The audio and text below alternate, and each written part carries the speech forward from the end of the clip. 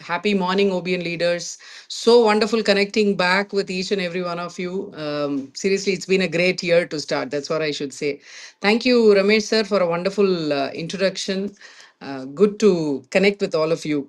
Awesome. So, good morning, everyone, and thank you for being here today. So before I start, this is a very interesting topic. Before I start, I want to quickly ask, something very honestly to each and every one of you. Probably ask this to yourself, okay? You don't have to answer it loudly, just answer in your mind. How many of you here have actually tried to lose weight at least once in your life? And how many of you felt I'm doing everything right, but my body is just not cooperating? How many of you can actually agree to it? I would probably, think each and every one of us would have had at least one incident of having done that, right? So, why this topic? Probably as a nutritionist, the kind of background I come from, as a nutritionist, today what I, carry forward in this life of mine, invariably this is one question that each and every person whom I meet tend to ask me this. They tend to tell me this, that I've tried everything. Why is that my body is not cooperating? So that is one place why, specifically the reason why I chose this topic was because of this. Because it's like $1 million question which is always left unanswered, because we have a lot of assumptions and we go with that, right? So that was one of the reasons why I chose, okay, this is the topic I'm going to be taking up. Let's go ahead and decipher why is that we feel that our body is not cooperating. Now, if this sounds familiar, I want you to listen very carefully to what I'm going to be saying next. Okay? Women, men, right, both try to go ahead with weight loss. And when it comes to women, women do not fail at weight loss, but the weight loss system itself, fail women. That's what I would probably say. And invariably, in the aspect of going through all of these things, most women blame themselves, right? How many of you have heard that the feeling that comes, 80 to 90% of them start saying that the blame goes to her, where she starts saying, I'm probably not dieting right, I'm not walking enough, I don't have control over food. All of these questions keep coming into her mind. But then the real reason is actually nothing, nothing to do with willpower or anything. But I wouldn't, say nothing at all. But, I would probably say there's everything to do with her biology, the body, right? So it's not the discipline, it's not the consistency, or probably the question of my body is stubborn. No, none of that. The truth is, nobody taught us how a woman's body actually works. So today's session that I am going to be sharing my thoughts is not going to be about motivation, willpower, gym routine, or strict dieting. Not at all. Today is purely going to be understanding your body so that you stop fighting it and you start working with it. I hope this really gives you a clarity. Okay.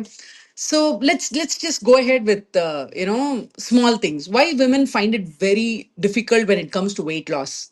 So men and women seriously do not lose weight the same way. This is the first clarity we need to get. Probably I'll give you an example. A man cuts sugar, walks for about 30 minutes, and suddenly people start saying, wow, you've lost weight. A woman cuts sugar, she cuts rice, she walks, she joins the gym, right? But what really happens there, instead of losing weight, she loses her sleep, her hair, her peace of mind, and something, even her periods. How many of you actually agree to this? I'm sure a lot of us would really agree. This is a common thing that a lot of women start telling at home, that, he just skips the milk with the coffee and skips to a black coffee. He starts losing weight. And I do every damn thing. I don't even take coffee, but I end up, losing a lot of things, right? Happens in every household. So why does this happen? So the question, or the understanding we need to do is, because women's body is not designed for just survival. They are designed for protection, nurturing, and reproduction. That is how we are designed. And a lot of things, where women have, what are the probably the normal things that women have?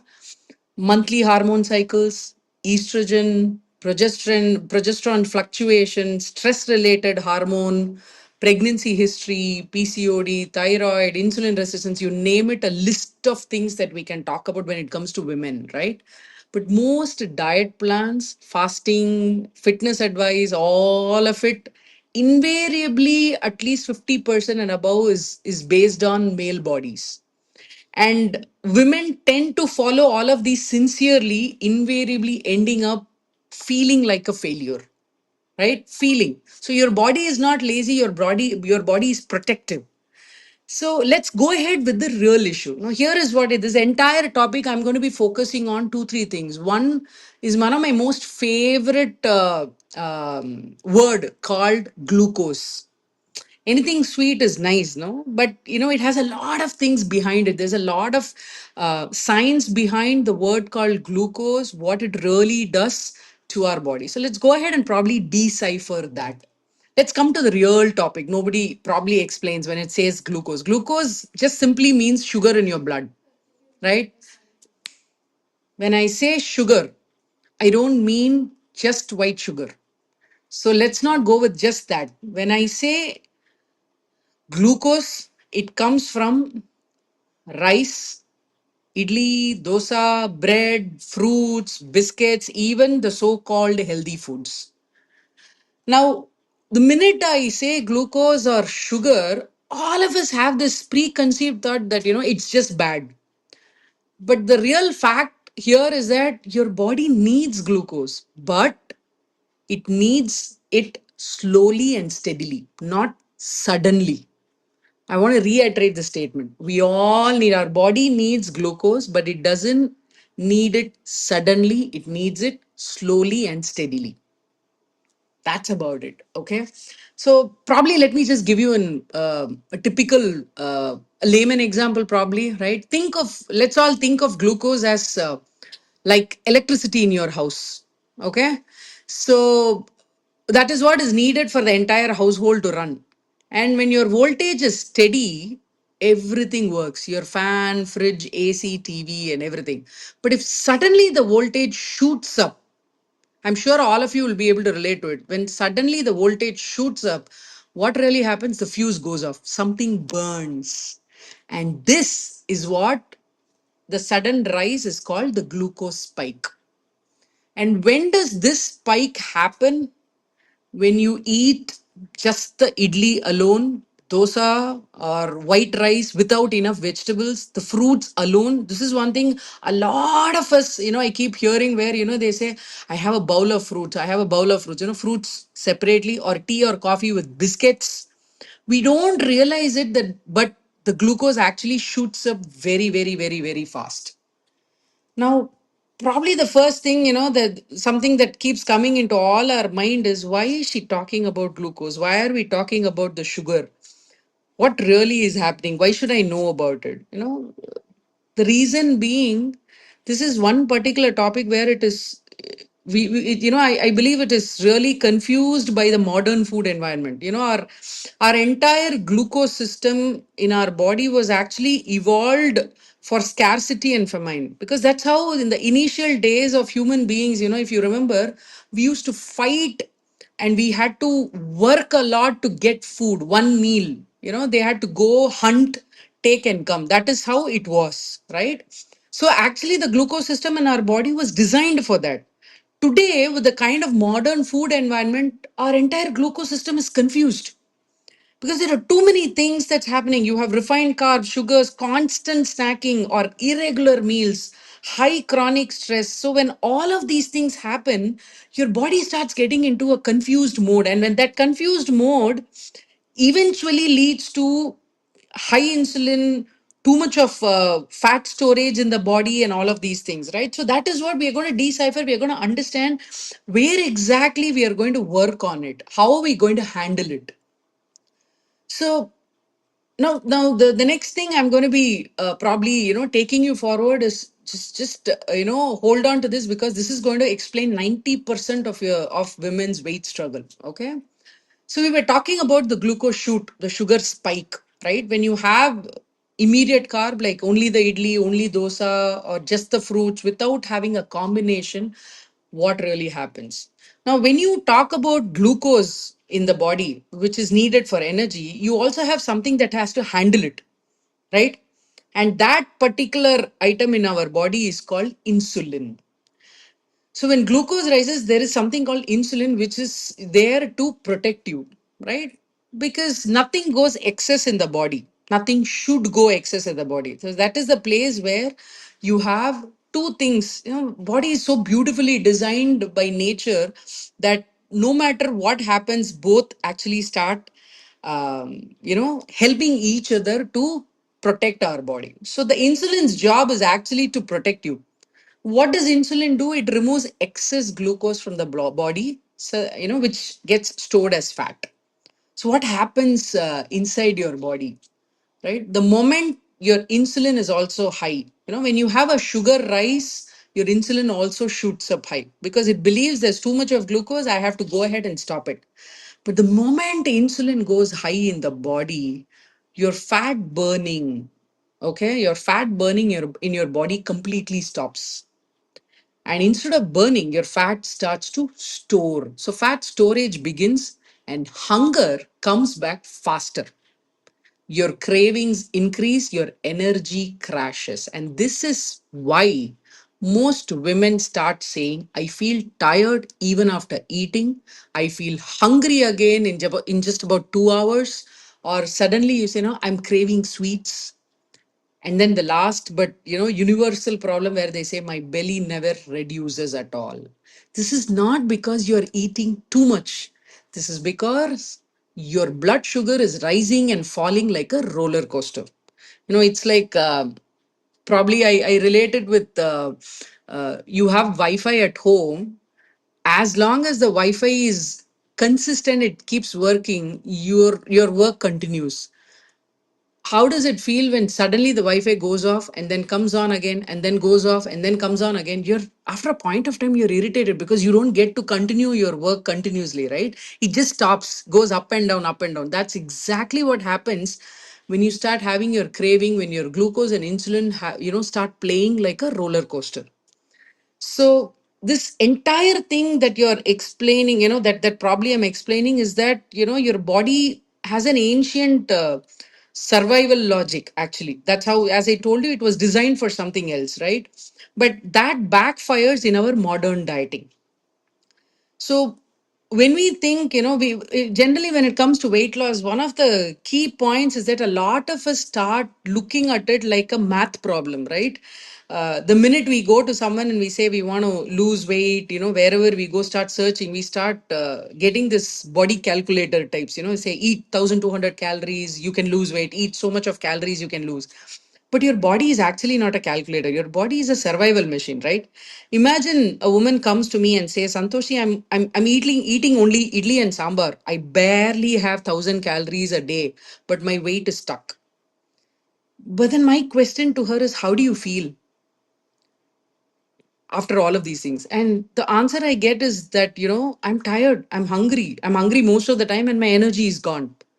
So here is what is happening in her body. When you eat too little, especially when you cut off carbs, when it comes to weight loss, the first thing a lot of women do is cut carbs. You cut off rice. People who eat roti, they cut off roti. I keep hearing day in and day out when they come for health consultation, when I ask them their food habit, even before they could tell me what they're actually doing, they jump into saying, you know what, I don't take milk coffee, I don't do this, I've cut off rice, I have done this, I have done that, but then I'm still stuck.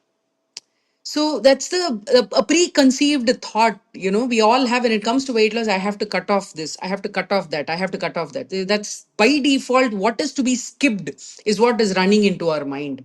But what really happens in your body is when you eat too little, especially when you cut off all of these things, your glucose actually drops, which is good. Nice to hear that. But you know what your body does? It starts sensing that and it starts thinking, oh no, she is starving. So the food supply is not coming, so I need to protect her. Your body jumps into, it activates the survival mode. And when it activates the survival mode, what really happens? Your entire body starts reprioritizing everything. Your nervous system starts shifting from rest and digest, it'll shift to fight, in a fighting mode.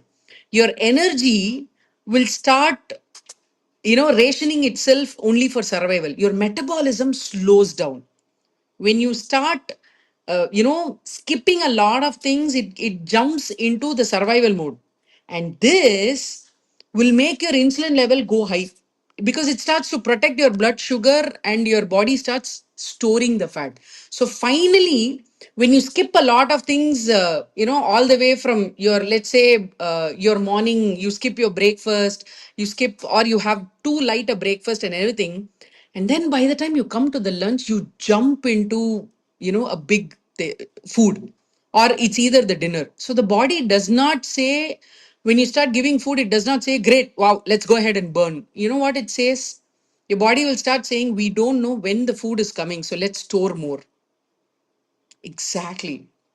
So the fear hormone releases, keeps releasing all the time. Thank you, Jaz. Yes, that's so true.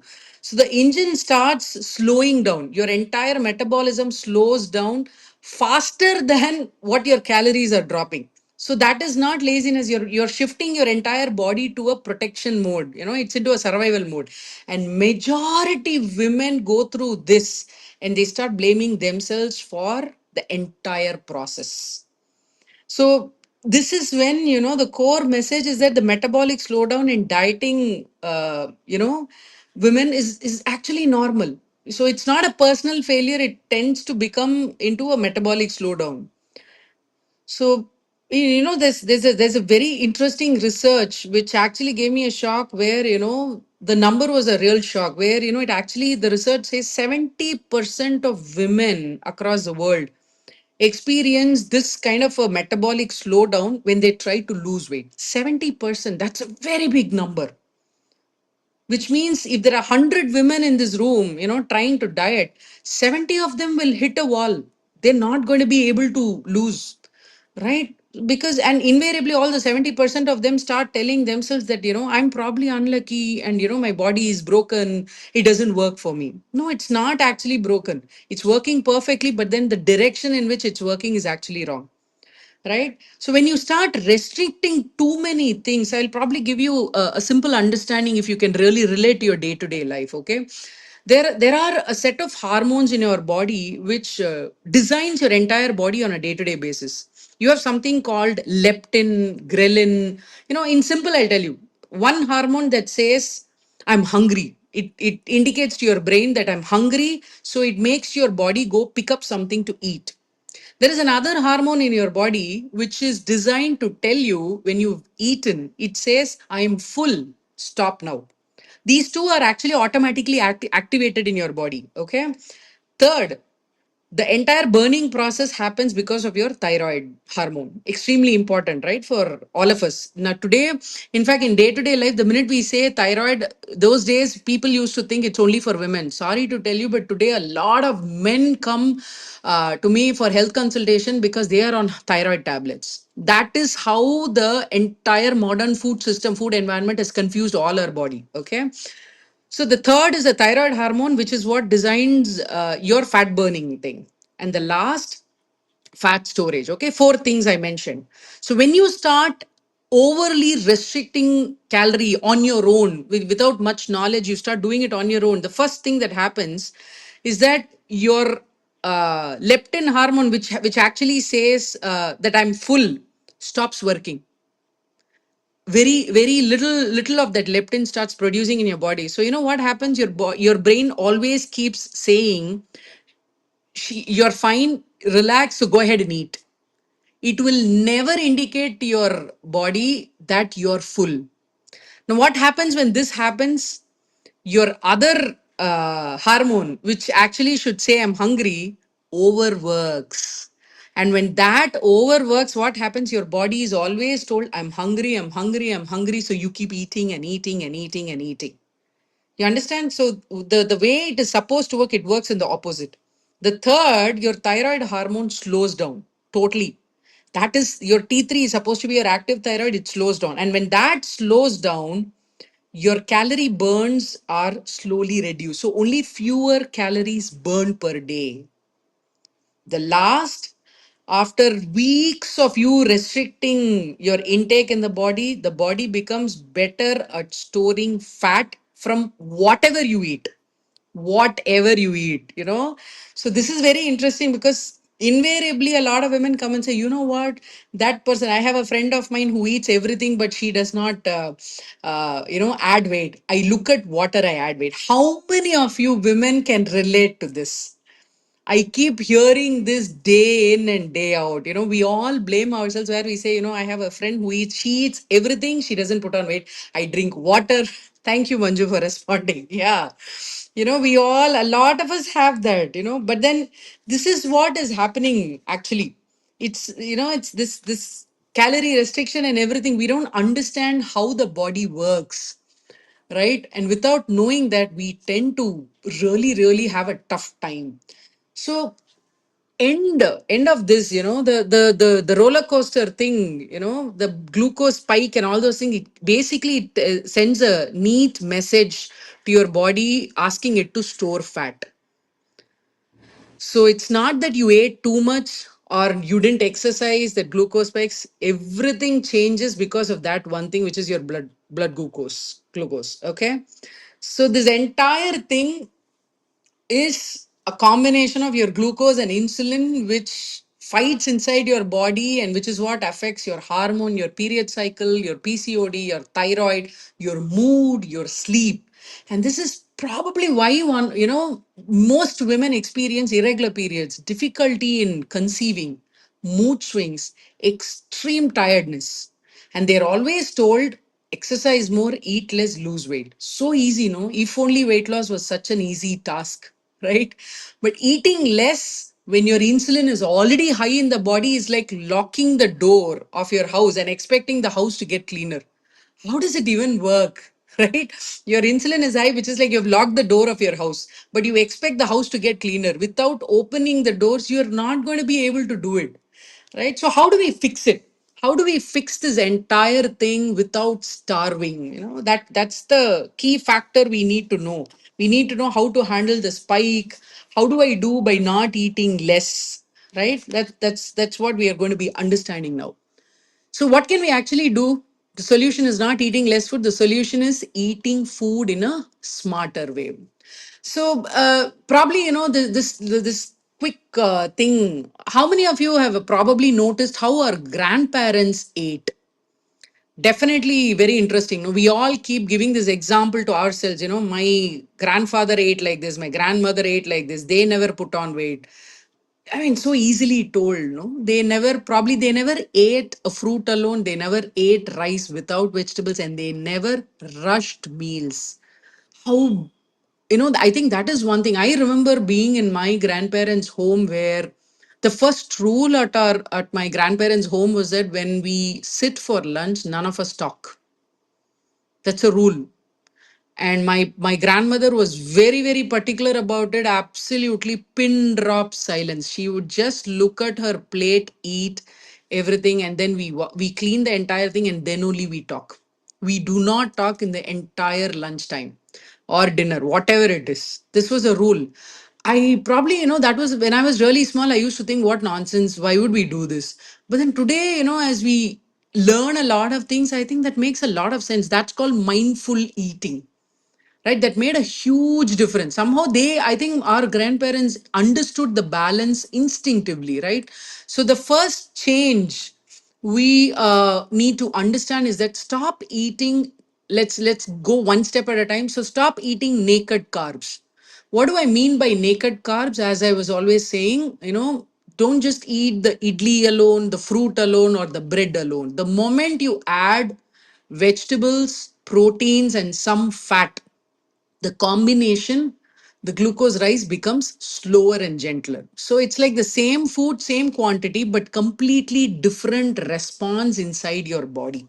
And that has a very big role to play. The minute you hit you work on your metabolism by combination of food, it has a lot of difference that your body starts doing. You know, the pattern changes. Like for an example, you know, you have two idlis, and I'm taking an example of a typical South Indian home. Okay, so Yeah, Manju, I will come to that. I love that message. I'm going to come to that. They worked hard, you know.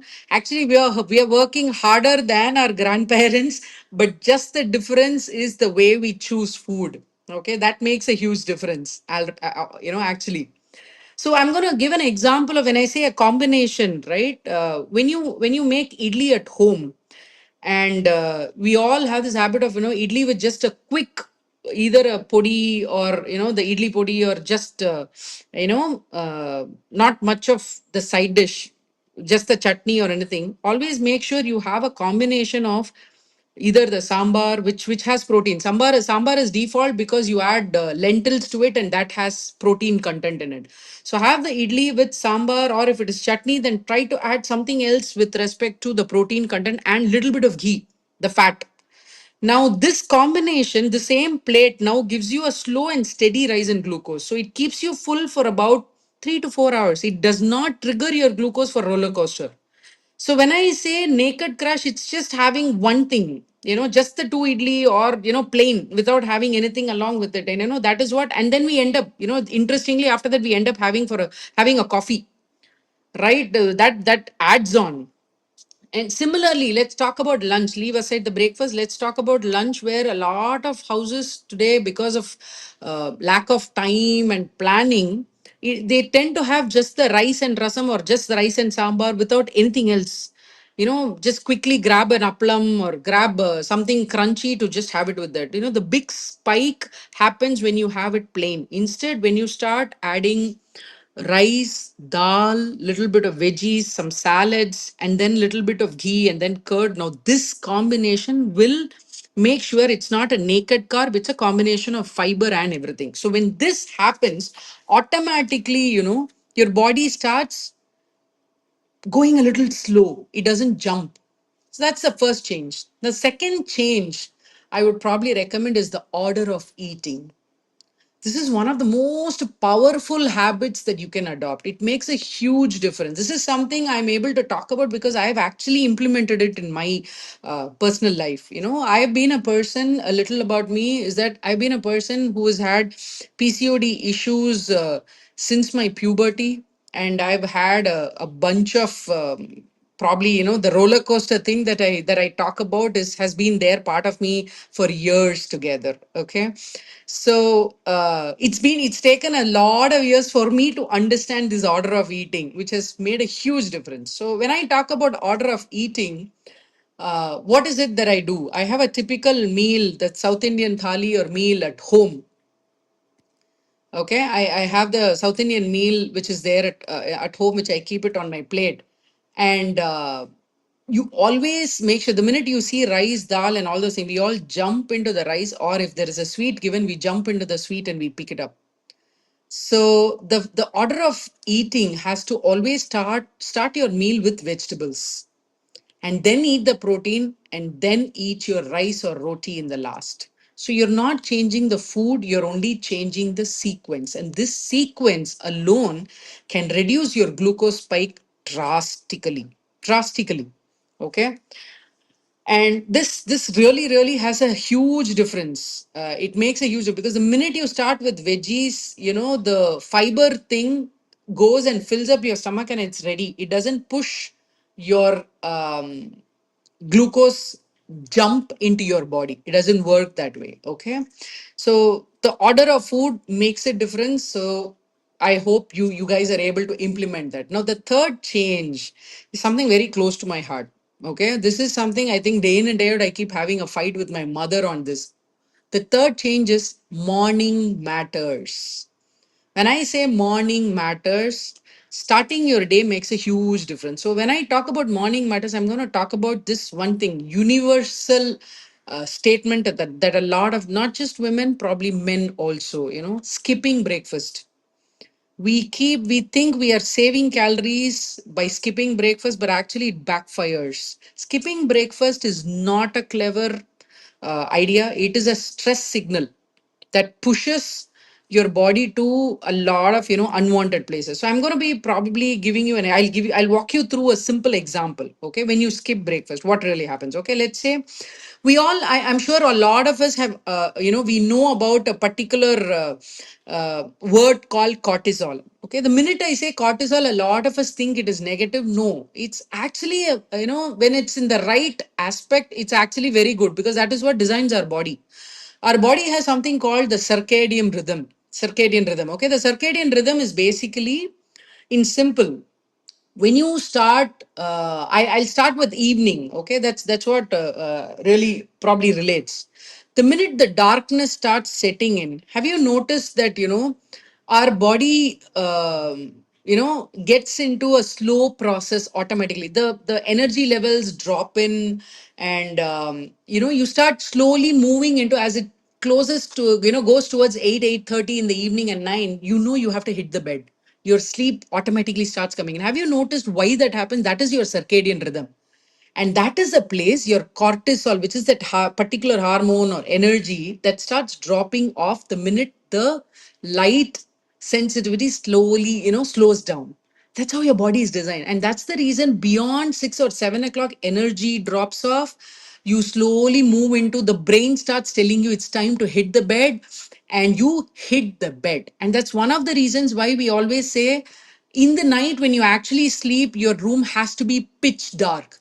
Pitch dark is pitch dark, because that really, really helps your body to work on um, renewing, and it actually works on throwing off the unwanted things, and it maintains your body to a sleep position. It actually rests. The recovery happens when the room is pitch dark. That is how you're supposed to sleep.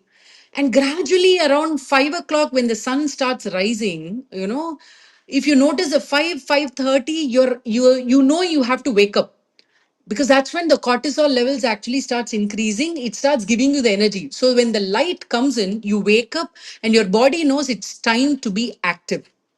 This is what is the work of your cortisol. But what we really do is that staying awake until 1 o'clock, holding to the phone, or going out and eating beyond 10 or 11 o'clock, all of these things gives your cortisol the reason where it thinks you have to be active, because you're in extreme light all the time. So it believes that your energy has to be there. But what happens is that your cortisol production is, it's like overworking of cortisol.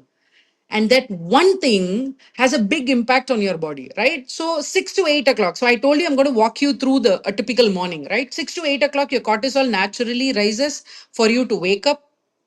You wake up, you're active. And that is the time you need to give something for your body to eat. What do? You don't give it food. You decide to skip breakfast, right? So your body stays on high alert. It's waiting. Your blood glucose is already low after a whole night of fasting. When I say fasting, it's not that you didn't eat from the previous day. You've had your dinner, and after that, until morning, your body is fasting, right? It's on empty stomach. So your blood glucose is already low. So what does your brain read? Your brain will start reading that, okay, I think there is a food shortage for the body. So get ready to get into survival mode. Your brain has given that signal. So around 9 to 10 o'clock, your cortisol is at its peak. Okay, high energy. But you might even feel that you're wired, you have full energy, but you're probably designed your mind in such a way that I'm not hungry. You know what? There is no stress. I'm really calm. Because you've designed your body, you have told it, no, no, no, no, I'm going to skip my breakfast, body is going to be great, so this is how I'm going to be.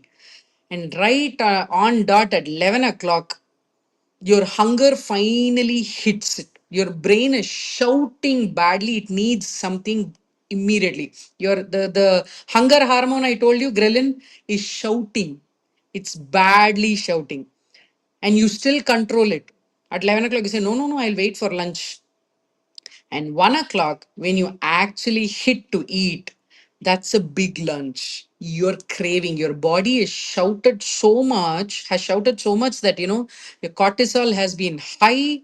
Your insulin response is over exaggerated, and the same lunch that you eat will actually shoot your glucose more than if you had eaten your breakfast. And when this happens at 1 o'clock, 3 o'clock, your energy crashes. It jumps down, and that is a time your body craves for something sweet, something fried, or whatever. It jumps on for that. And by the time at 3 o'clock you do all of these things, when this energy crash and all those things happen, evening becomes over uncontrollable. And that is the time during dinner we overeat, we make tired choices because our system is totally drained because of one decision in the morning where you skip your breakfast. And there's one thing you do, this is what happens. Let's have the reverse story. How about that, right? Imagine the same person eats a small, smart breakfast. So, morning you wake up and you pick up two eggs or idli with sambar or just curd and nuts. Simple, okay? You eat just this in the morning. What happens after that? Your cortisol comes up in the morning, it settles because you've given it food. Now, what happens? Your glucose becomes stable. By 11, you're comfortably hungry. You're not desperate, right? And because you're not desperate, your lunch becomes manageable, moderate spike. And afternoon, 3 o'clock is smoother because you've given the right amount of food at every point of time. And there are fewer cravings, better mood, better sleep at night. Now, this is what is the reverse story that happens. So, by doing one small change, which is breakfast, that is what kickstarts your metabolism. So, it's about telling your nervous system you're safe, food is coming, you're not in a panic mode, you can relax. So, when your body feels safe, it stops grabbing and storing. This makes a huge difference in our body, a very big difference. A balanced breakfast can keep your glucose steady and energy stable, right? So, this is the third thing that I had told. The fourth change that I would probably recommend is movement. Simple. I'm not talking about extreme movement. You don't need intense workouts to manage your glucose and manage your metabolism.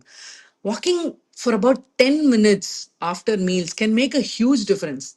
Standing instead of sitting immediately. Light household activity. So these are small habits to tell your muscles to use the glucose instead of storing it as fat. Now that makes a huge difference, right? So probably these are the four changes. I'd probably reiterate, the first that I mentioned was stop eating naked carbs. The second is the order of eating. The third, morning matters, which is your breakfast. And the fourth is movement, right? So these are four things that can make a huge difference, right? So talking about all these four changes seems good, but how about the next fact where you talk about I want to talk about stress, because I believe the stress, I probably put it this way: stress is equal to fat storage. Your cortisol, your glucose, and the belly connection is something that always is a vicious cycle. Okay. So when I talk about stress, it is not just mental, it's a biochemical event. Where your glucose spikes, it locks the fat in the belly. So because why am I mentioning this? Because invariably today, day in and day out, I feel a lot of us see, I cannot actually come and tell you, reduce your stress, make sure you leave it. No, it doesn't work that way at all. There is something or other that keeps happening, and stress becomes part of our life. And invariably, how many of you believe that, we don't eat because we have to eat, we eat because our mood is not good. Today, we eat based on our emotions. We don't eat based on our habit of food or to handle your body. Never works that way. We eat to handle our mood. So the mood eating, the emotional eater is something that is there on a day-to-day basis with everyone, right? And sometimes it's easy to even say that I'm an emotional eater, it's okay. But that changes your body chemistry totally, right? And under stress, we with the brain actually senses a threat. It's actually, the minute your stress levels are way too high, the cortisol is automatically released. And when the cortisol is over released, it tells your liver, it goes and tells your liver, release the stored glucose. She has to run, go ahead and do it. and blood sugar will rise even if you haven't eaten anything. That is the impact your stress can have over your body. And the minute your glucose is spiked up and it jumps, your insulin will also do that, because insulin's work is to go. The minute sugar goes out, it's like, okay, okay, I have to go savor. And when your glucose drops, your cravings will hit. And that is when your entire body starts telling your liver, start storing fat. And invariably, the place where easily fat is storage happens to be the belly, because that is your emergency fuel. Okay, so a woman can be barely eating, but still getting stress driven glucose spike, insulin spike, and belly fat storage. Okay, so when, and this is one of the places where the minute the belly fat increases, all the stress factor eventually starts increasing for a woman, because that is a place she doesn't want it, because how we carry ourselves makes a huge difference. It's not just women, probably it's also for men. Invariably, that is a place where it goes and settles down, right? So that is where it really really jumps in, and this is what happens. So probably some of the myths that a lot of women believe in is that I eat very little but I don't lose weight. Yeah, because your glucose spikes are more than your calories. That's why it doesn't work. And the second myth a lot of us have is fruit is always healthy. Absolutely, fruit is healthy, but the timing and combination really matters. So the second myth, where you say fruit is healthy, absolutely right, but make sure you know the timing and the combination. Third, skipping food, skipping meal really helps. This is a universal belief a lot of we women have. Skipping one meal can really help. It may, but it often worsens your insulin resistance. So you have to make sure you know the right timing and when to have. All of these things makes a huge difference. And the last, probably the myth is that exercise will fix everything. This is something a lot of us have in mind. No, exercise can fix everything types. No, exercise is not everything that can fix. It is the food order that fixes the hormones better. Okay, so balance your plate for better results. Make sure you know what you have in your plate. It is not just the carb, but a combination of carbohydrate, protein, fat, fiber.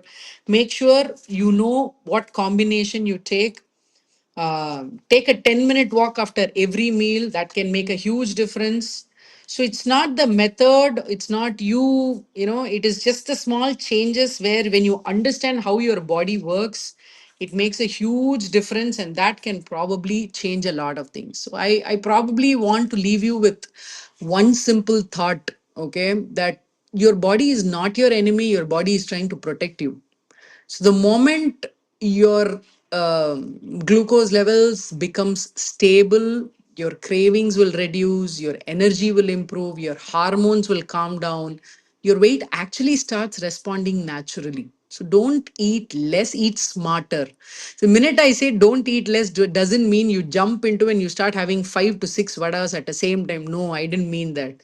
Should know how smart you are in choosing your food. Eat smartly so that you can handle your glucose levels. You make sure your insulin, your other hormones in the body work the way they are supposed to work. Okay, and that is what will help.